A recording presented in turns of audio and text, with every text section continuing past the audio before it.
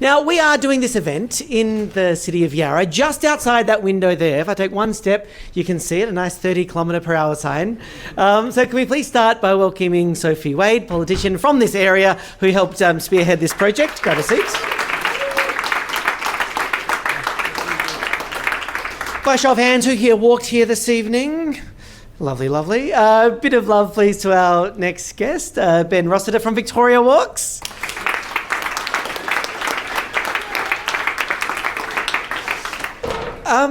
And finally, we've got a kind of colleague of mine from Monash University, Lauren Pearson,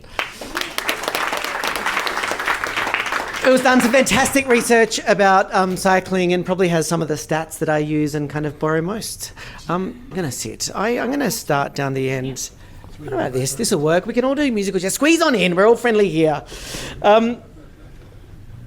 Wonderful. What I would love to do is we'll do a quick thing down the line so you can introduce yourself and your connection to this issue. So, yeah, what interests you in this space and what work have you done? What's the one thing that either drives you or you find interesting and surprising about this idea of cities and speed? Absolutely. So I'm a research fellow and also equity lead in a group called Sustainable Mobility and Safety Research at the School of Public Health at Monash University.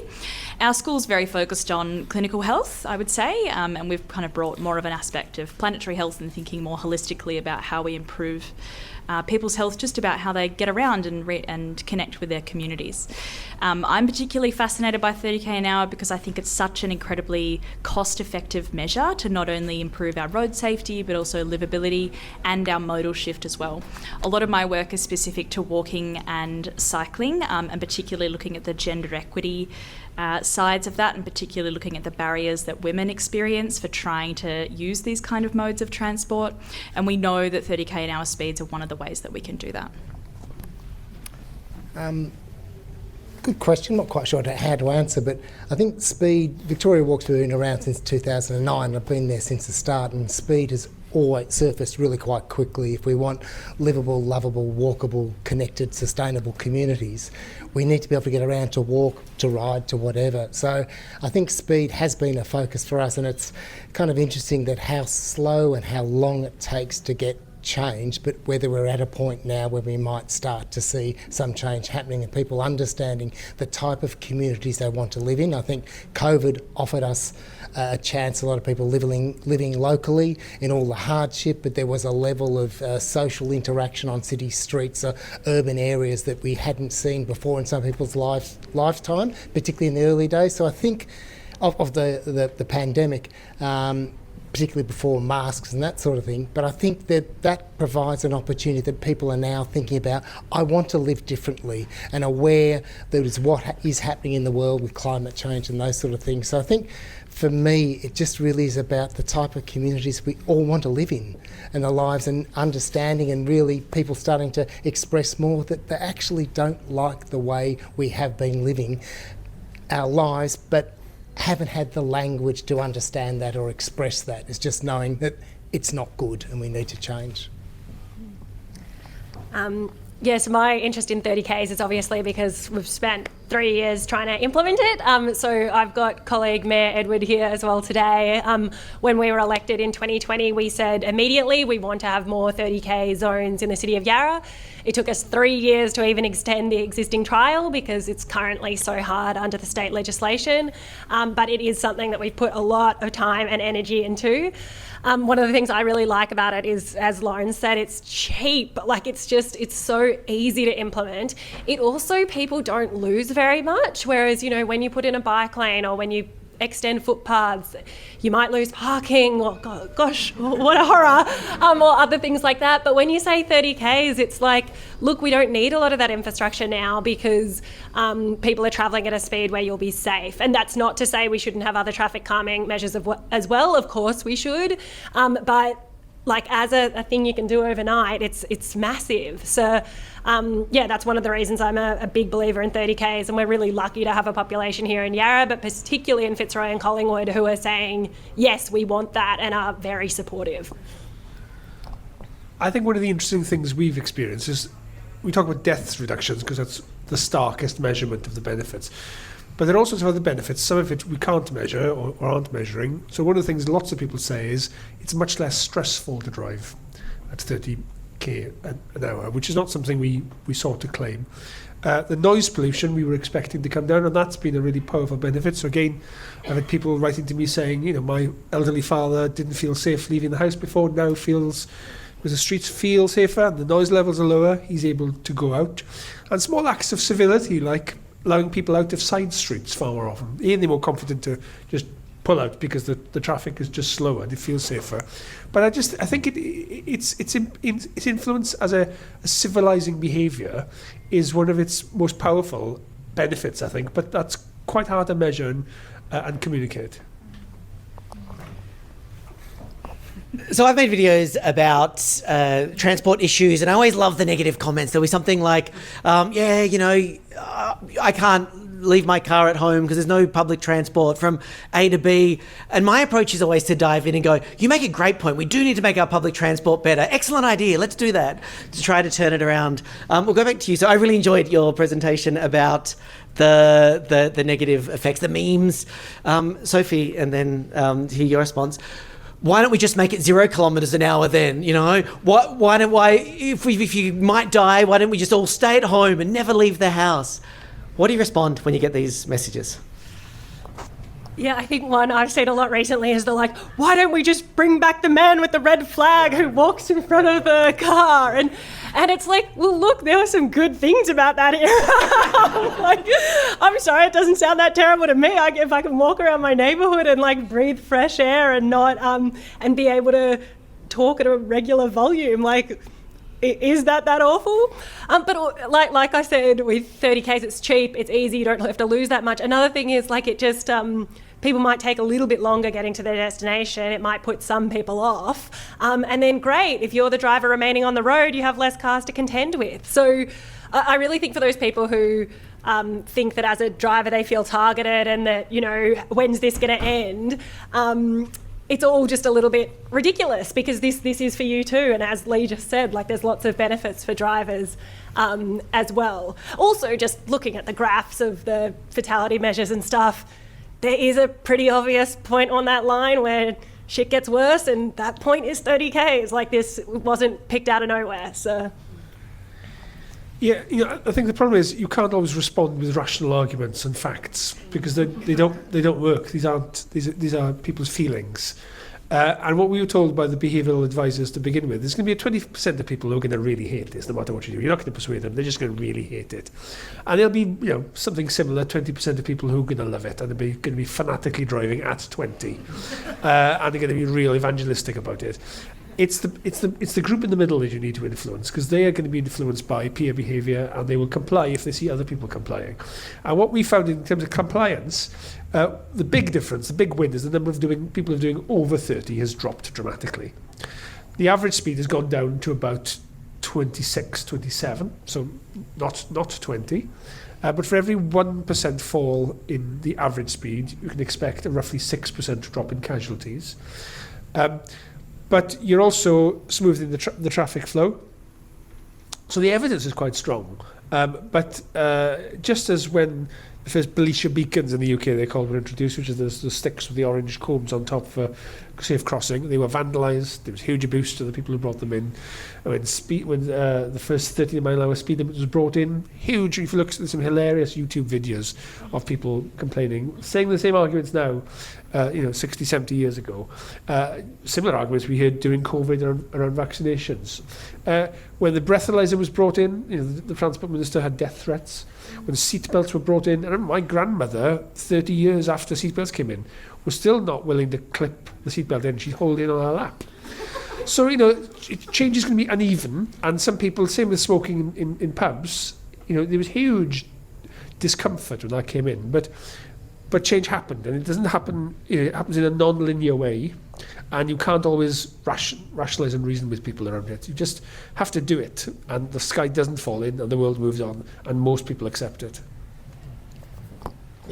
Can I add to that one? Anyone can add, Yeah, great. Just chime in. I think, adding on that, I think how we think about speed and how we talk about it, I think often as advocates or promoters we can have a negative effect, because I think we've got to reframe, and the people who are negative, like in every social situation you've got about 15% of the supporters, the opposition, the persuadables in the middle, and the key thing is values trump facts. Yep. And people don't use facts very sparingly, so values of fairness, of equity, of freedom, to use them, and we need to flip the frame so we don't talk about the frame which is a negative, which is roads for cars, we talk about streets for people, and this is really important. So we avoid talking about things like congestion or travel time, but really about what safer speeds, not lower, because the opposition always talk about what we have things taken away from them, so we don't talk about the things which are taking away, like lower speeds. It's safer speeds that enable a whole lot of other things to occur. And I think this can be really important. Now with speed, when we talk about that's 40k out there I think now, but it goes back to 60, and if you say things like we drop 60 to 40, it only increases travel time by 3 seconds, I'm making this up, all the supporters go, yeah, right on, that makes sense. But other people get over into the opposition camp because they're losing something. Yeah. So we shouldn't be talking about that loss sort of stuff. So the values-based messaging, I think, is really critical if we want to get people along, and that's about giving older people, families with children, because we know that connects, options to get around their neighbourhood. So there's all those sort of things, how we talk about it are really critical, and even when we talk to our decision makers, who are can be barriers, we talk in that way about what the future is. Always flip it. Streets for people, not road for cars. You talk about congestion busting, or the speed. I'll finish up and tick. The speed is, even if you're saying it drops 3 seconds, you're still in the frame that it's okay. It's only dropping 3 seconds. You're still buying into that's roads for cars. Yeah. So don't talk about flip it. Streets for people. So one of the things I got interested in this space is I did a PhD in transport design, looking at like micromobility. I had this idea that if I designed the great new e-bike or the great new scooter, it would change everything. And then you realise, no, people are happy to ride now. It's just if it feels safe. So then I thought bike lanes are the answer, then everyone will ride. But you see some places around the world, like Japan, there's very few even footpaths. A lot of the streets are just slow enough and gentle enough that they don't even need that. Lauren, tell me, my favourite research of yours is where you talk about where things tip, like the idea that some people ride under these conditions, some people use roads under these conditions. Do you want to talk about this idea of like normalising it, and how do we make the roads more equitable? Absolutely, happy to. So we did some research, I think it was probably 2020 now, where we surveyed just over 4,000 people across Victoria, looking at what kind of group they fit into out of 4 groups, and they were strong and fearless, enthused and confident, interested but concerned, and no way, no how.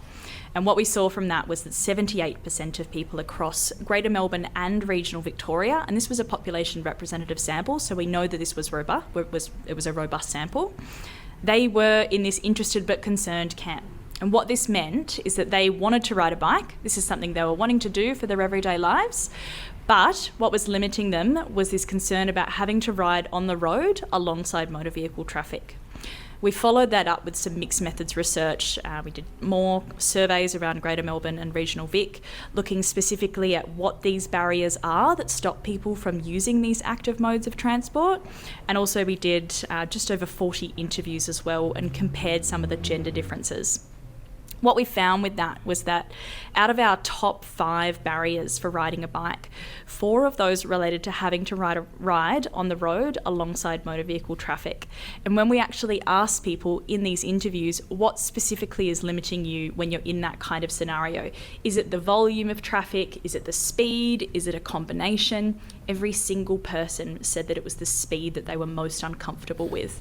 If there was a huge volume of traffic, if we're thinking about an example, I would say Chapel Street, but that's such a bad example because of the dooring. But if you just think that there wasn't parked cars there, but that volume of traffic but going at a very low speed, that was okay, and that was really okay for even our people who were in that interested but concerned camp who made up that great majority. So it was really, really exciting to see that there was this need for not just our protected bike lanes, which are so important, and we know that this is such a key thing for creating that critical network, but also, and this is something that you mentioned in your talk, Lee, these missing links between our networks of for active mobility. This is what completely limits people making a trip by bike, and particularly limits women making trips by bike. Our things like 30k an hour speed limits alongside traffic calming infrastructure, whether that be modal filters, speed humps, road narrowing, things that are aiming for that 30k an hour area. That's what we really need to create this kind of connected network to think about how is it that we enable a whole range of people through from kids to like yayas to make their way around their community by bike and other active modes. Sorry, what a yaya? Oh, you need to spend another week in Melbourne. It's a Greek nana. I think an interesting thought experiment would be, what if the proposal was there to say, let's pedestrianise Collins Street in the city? I imagine a lot of the response would be negative, changes quite hard. I think it's a good idea. But I think if you just surveyed people, there'd probably be some at least hesitation or maybe some opposition. But if you flipped it and said, let's put cars down Burke Street Mall, you would also get a lot of opposition. So they're adjacent to each other, functionally the same thing. I think people struggle a bit with change. To anyone in the panel, how does change actually happen? Anyone? How change doesn't happen, I mean, in terms of the 30k and the guidelines in the... You're a politician avoiding the question. Yeah. As we know in the state, our state transport agencies, we have a major problem there, and it's a challenge for us is because, what happened in New South Wales and why we had change up there is we had, in the bureaucracy, you had the officers, the executive and the minister all on the same page. So I think that's a really key thing to have, and how we can get that. In Victoria, well, we've got an old-style bureaucracy that, the executive only does what they're told by the minister. They don't problem solve, they don't show initiative. And the officers underneath, there's some good ones in there, but underneath they work under basically the premise of whatever you do, don't stuff up. And that's what guides their work, and we don't have ministers leading and telling, so we've got a major problem in there. But I think it's the stage to do it if we want really systemic change is we have to work on those cogs in the wheel because they're totally separate and they need to be together. Probably didn't answer your question, maybe I'm a politician. I think the most obvious answer is ask for it, vote for it. We've got an opportunity at the end of this year with local council elections to make a change on some of these councils to people that we think reflect what we want to see on our streets. And I think that's something that, sometimes people do feel a bit powerless, but I know there are people in this room who I've communicated with before who have sent emails to ministers and stuff like that, and that has been enough to prompt change. Like, it's genuinely, sometimes it's just asking people, saying, hey, I'm a person who wants this thing, and getting quite extensive responses. There's a crossing on Alexandra Parade up here in front of the Fitzroy Pool on Napier Street, so it's a great bike corridor. And recently we just had a local, I think, mentioned me in a Facebook post and said, oh yeah, that councillor Sophie, she seems to support this kind of thing, maybe somebody should ask her. And I was like, hi, I'm also here.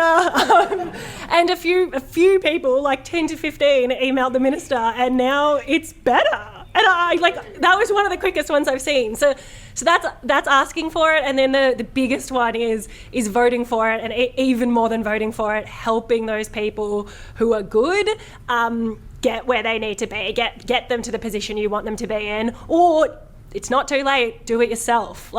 If we want to see change, we need people who want these things in those positions. So, you can shift our position on things later, but having people who are already on page with, your thoughts and feelings and values in those positions, God, it makes it a lot easier. So this year I'd say ask for it, vote for it, help the people who you want to be there. So I think change happens really slowly, then it happens really quickly. And it absolutely does require leadership. But we can't just rely on heroic leaders. I think your point about the system needing to change is critical, and the message I've been given to the professional audience is it's a cop-out to say we need the minister to change this. That's just not true. There are so many things that you control that never get to the minister's desk that shape the way those judgments are posed then to the political decision makers, and you can change them. These climate change targets apply to all of us. They can affect all of us. It's not just something for political leadership. All of us with professional responsibility have a responsibility to respond to that evidence. If we were talking about hydrology and the evidence suggested there needed to be a change to the plumbing of the system to respond to the latest hydrology assessments, of course you'd expect professionals to respond to that. You wouldn't expect a public consultation or a minister to get involved. It would just happen. Well, why is transport different? One of the interesting concepts we looked at during the getting ready for the 20 mile an hour was this the idea of pluralistic ignorance, which is quite hard to say, but it's a thing. Google it if you've not heard of it. But it basically means that more people think what you're thinking than you realise. And That's scary. It depends what you're thinking, Ben. But we measured it on the 20s, where we asked people, do you think we should have slower speeds? Very strong support. We asked the same people, do you think other people agree with you? And they didn't agree with them, and they were wrong. And so this idea that there's actually more support for some of this stuff than we realise, and the framing, you're absolutely right, is so important, the language. And I think we should talk more about choice, because one of the main arguments against all the stuff I've been talking about is we are restricting driver choice, we are penalising motorists. And actually, when you think about it, we've taken a choice out of people's hands. People don't really have a choice other than to drive, if they have the means to do it, because it's just so inconvenient to do the otherwise. So if you give people a genuine choice, a mode agnostic choice, it was just as easy to cycle or to walk or to use the bus than by car. Make that a genuine choice for people. People will choose different, but we don't do that. I'd just add options, not choice. It's the same thing. Options implies something bigger. Choice, I'll give you A and B. But options is we want more options. That's about something we don't even know. Mm-hmm. So, yeah, I totally agree. But, yeah. I actually do have something to say on this. I just wanted everyone else to have a chance first. So I'm going to share some new research about how we actually can do this potentially across not only Melbourne, but thinking about regional Victoria as well, because we know that this is so important not only for our inner city areas, but we've got a trial implemented in Mildura, which is fantastic, and these areas often miss out on some of those really important road safety interventions. So in our most recent study, we conducted 27 interviews with state and local government officials across Victoria and British Columbia in Canada, where they've been able to implement 41 30k an hour zones really quite well. We did that to find out what exactly are our barriers to implementation in Victoria and what kind of lessons can we learn from BC. In that, we identified 6 kind of key themes. The first one was that, and this was really, really great to hear and just showed such an opportunity, was that obviously we've got some really great individuals in local government who are a huge advocate for 30k an hour speeds and understand how beneficial it is, but we also have that within state government as well, and at a whole array of different levels as well. And they recognise that how important this is for not only road safety, but also livability and modal shift as well. The second theme was that while that appetite for change was there, they were completely hamstrung by this limitation in policy, which we know only allows 30k an hour to be implemented on a trial basis in Victoria.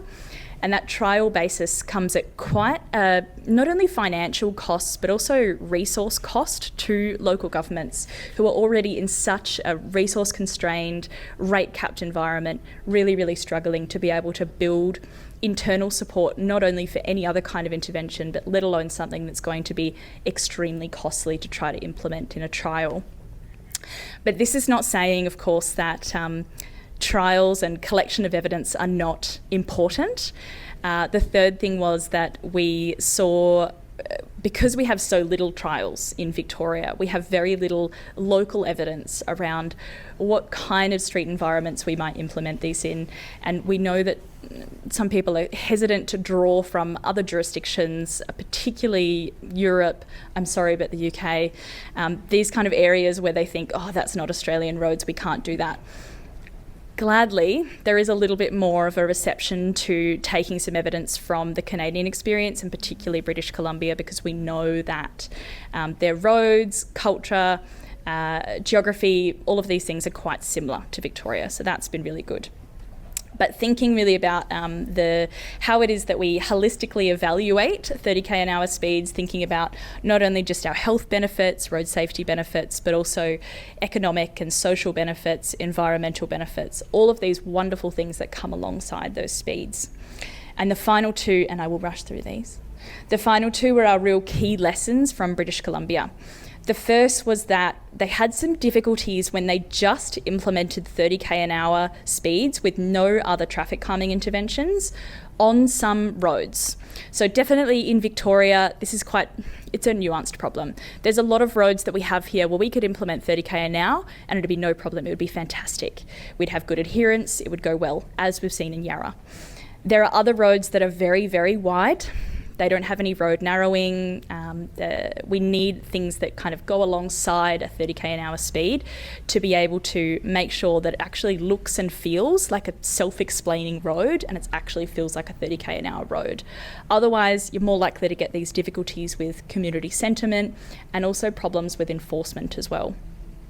The second thing that British Columbia did really, really well was how well they pushed their messaging particularly to be around children. So they first implemented 30k an hour within their school zones, and they also have playground zones as well. And I think this is such a critical opportunity in Australia, and a absolutely devastating thing is that in 2024, road trauma is the #1 killer of Australian children, which is just devastating to hear, alongside the stats that we have around climate change and the kind of future that they're likely going to be living. We also know that Australian kids are among the most least active in the world, and this is because they don't have these kind of environments that enable them to be active. So really tapping into that messaging of improving an environment for children. Can I just come back on just one point there? So I think it's really interesting, this idea of self-reinforcing roads, and I've heard this a lot, that the attitude in Australia is unless you have road engineering and narrowing of streets, speed humps, then you can't go ahead with reducing speed limits. And that's not the approach we took. So we didn't do, when we introduced the default speed limit, we didn't do any road engineering measures at all. We simply put signs up and we communicated that the law was changing. In fact, we did almost no enforcement for the first 6 months. Very, very minimal, because we wanted to do an education-led approach, not a punitive approach. And that has seen road speeds coming down. So I think, I dare say that there are always examples where that doesn't apply, but generally, I think it's a false barrier that we first need highway engineering interventions. Of course, you'll then need to follow up. If you find areas where there are particular constraints, then you can look at engineering interventions. There may be areas where you particularly need to enforce. But generally, our approach, which has brought speeds down, and at a relatively small cost, even though the opponents think it's outrageous, it cost about £36 million to introduce, which is just basically the cost of the signage and the legal orders.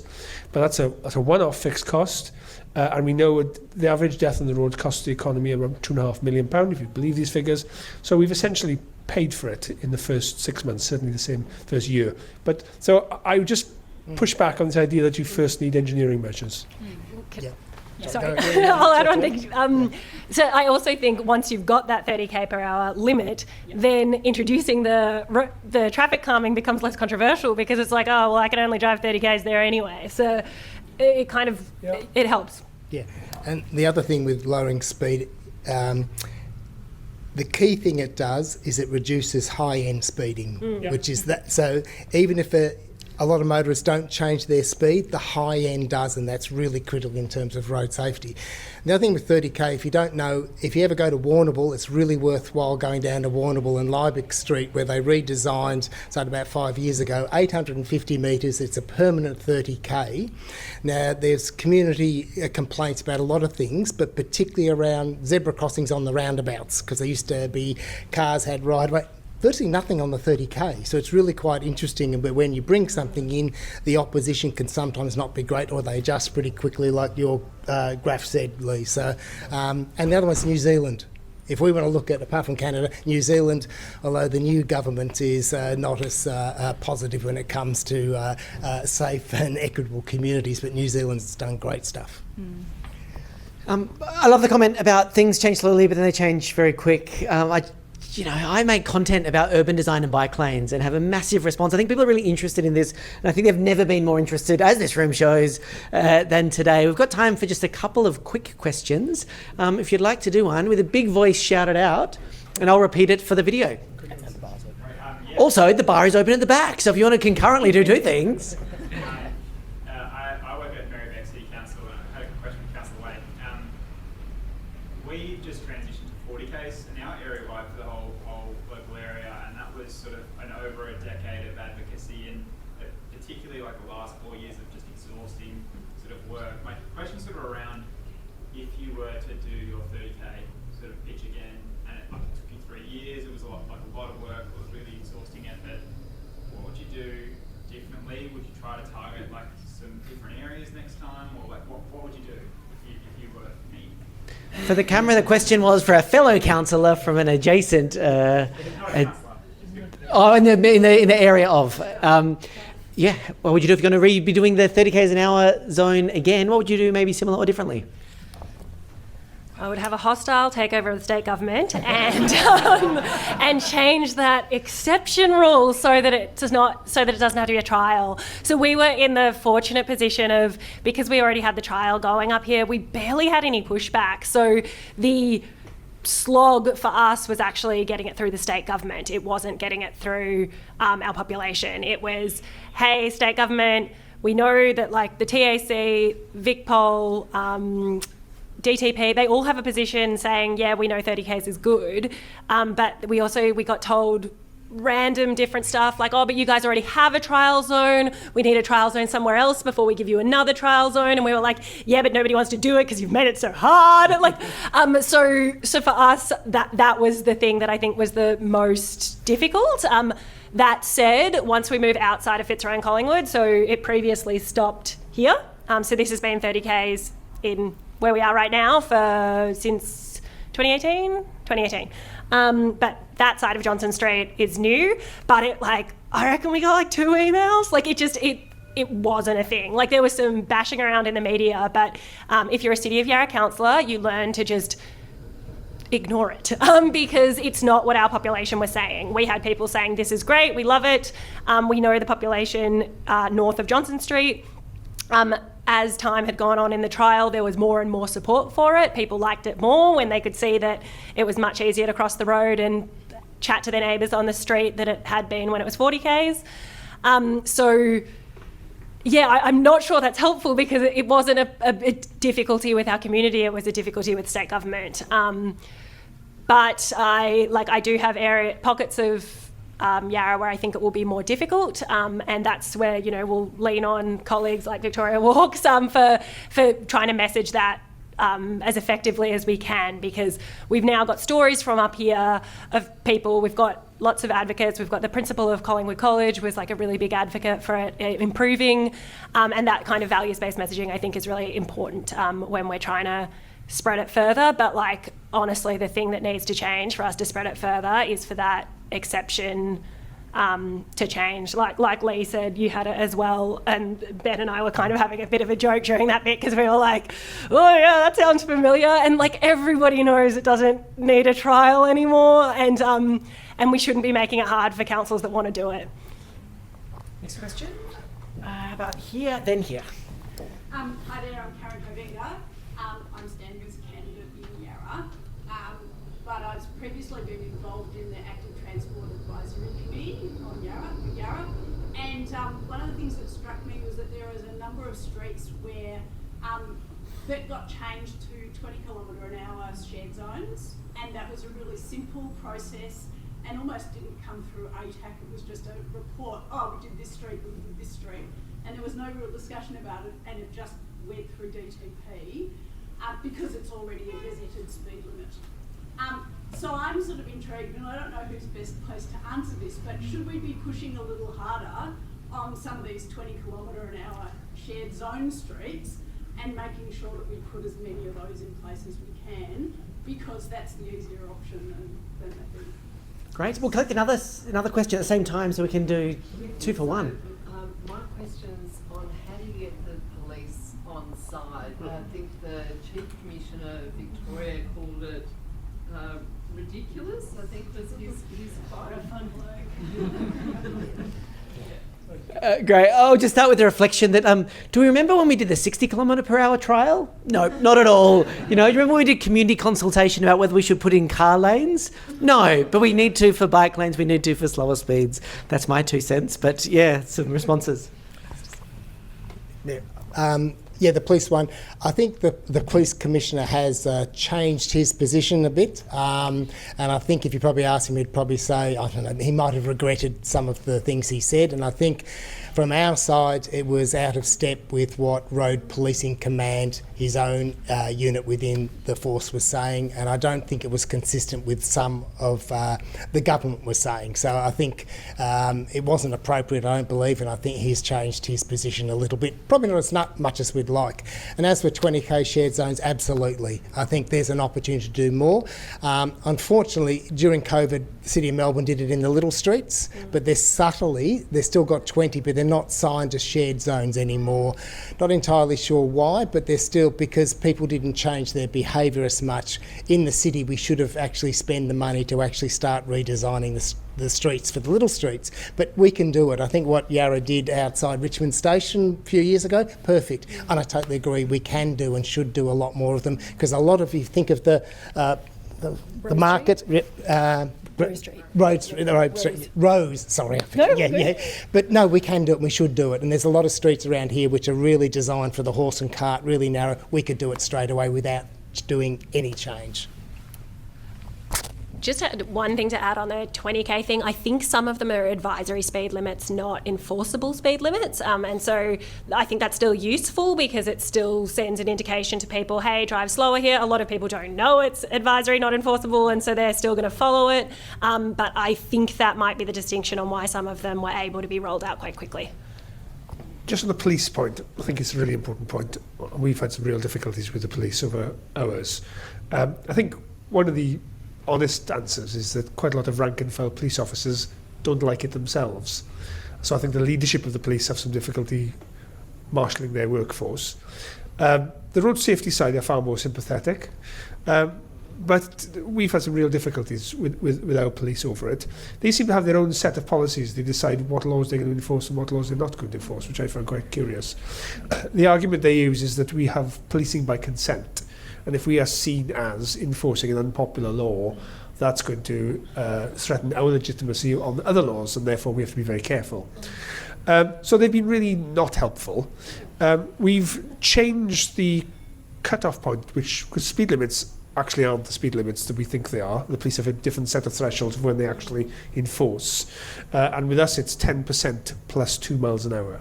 So a 70 mile an hour would be 77 plus 2, 9. So you wouldn't get heavily penalised if you're doing under 79. Don't tell anyone, it's a secret. So for the 20 mile an hour, it should have been 10% plus 2, which is 24. We increased it to 26 for the first 6 months to give people a chance to adapt, because we didn't want to see this as a penalising intervention. What's really interesting, what's happened in the last few months, though, is the police themselves are getting criticism from the public. Why aren't you enforcing this? So now it's starting to change, and the police are starting to enforce, and that threshold has come down. We're running short on time, so we might wrap it up. But just note, this is not the end of the conversation. This is the start. This is a part of a much bigger movement that you're all been enlisted into. So I'm going to let all of our speakers just give their last final kind of pitch, I guess, about what they would love to see, a call to action for you all. And for Lee at the end, I would love for you to answer just what's the best thing about Wales, to give you a break. I'm talking about anything but transport for 28 times in a row. And I'll start. The City of Melbourne released their streets plan. I think it's very strong. I think there's a lot in it. They called it out for community consultation. They would have engaged in a lot of different ways. I typed in my response, and there was a little checkbox that came up that said, would you like to come to the meeting and say that in person? And I'm like, yeah, I'll do that. So I turned up, and do you know how many people were arguing passionately for and oppose this new policy? One. Just me. I was the only person who turned up. Your voice is about 100 times louder than you think it is.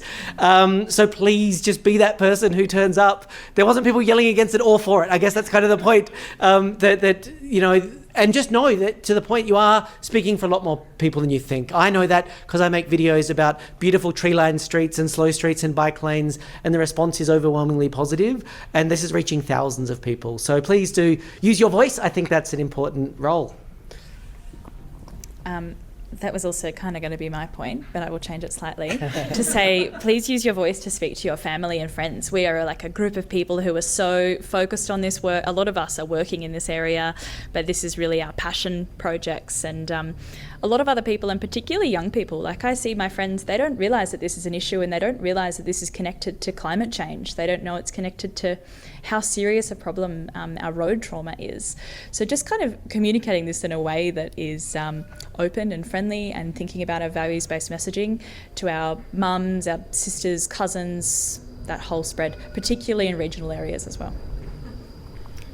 I think for councillors and candidates, if you get in, ask your communities the type of community they want to live in. Don't ask them necessarily they want safer speeds, but safer speeds will be the answer. So you ask them things about livability and getting around and whatever it is, but then say you can bring in safer speeds because you said you wanted this, you want sustainable streets, you want your kids walking to school, you want whatever. It's the answer to a lot of questions. I agree with all of that. I'm going to ask a question to the room. I know there's a few of you in here, how many people here are planning to run for council this year? And please keep your hand up if you're willing to support 30 kilometre per hour zones. All right, so if everybody could have a look at those people, go have a chat to them afterwards and say, hey, look, first, I'm going to hold you to that. But secondly, how can I help you get there? Because we want people who are supporting these kinds of things on council. We've been fortunate to have a council on Yarra this time around who have, I think we unanimously supported the extension of the 30 kilometre per hour zone. I don't trust that that will happen next time around. I think as soon as we try to move it out of Fitzroy and Collingwood, one of our current councillors could change their mind very, very easily. A new council group could change their mind very, very easily. So those people who just stuck up their hands, they were mainly people I knew. I was hoping there'd be a few more. But they are from across the, I think, all north side. Please go chat to them and say, how can I help you get elected and how can I help you make 30 kilometre zones a reality? Because that's how we make change. What's good about Wales? Well, it's quirky. But on the serious question, I'd just say change is everyone's business. And you know what the evidence suggests, and we all have a responsibility to act on that. Thank you all for coming. I've had a delightful time. This is an exciting space in that wins can happen every week. Like just around the corner from my house, there was just near Kingsway, it was a massive long road you had to cross, cars coming through very fast. In the last 6 weeks, they've just shortened the intersection. It's much slower to do a turn there. And that's a win. You know, like my neighbourhood is this much better. And this is a space where it's not binary, like did we achieve it or did we not? We can have wins every single week, and we are having wins every single week. So while there's a lot of challenges, there's a lot of hope. I'm giving you permission to please go and talk to other people in the room. They're all friendly. They're all friendly, except for one person. I won't let you know who that is. Have a great time. Connect with each other. Let's really make this a movement to catch on. And I'll pass it back to Jeremy to finally wrap it all up. So thank you for everyone. Lee, Sophie, Ben, Lauren and Julian. Thank you for coming.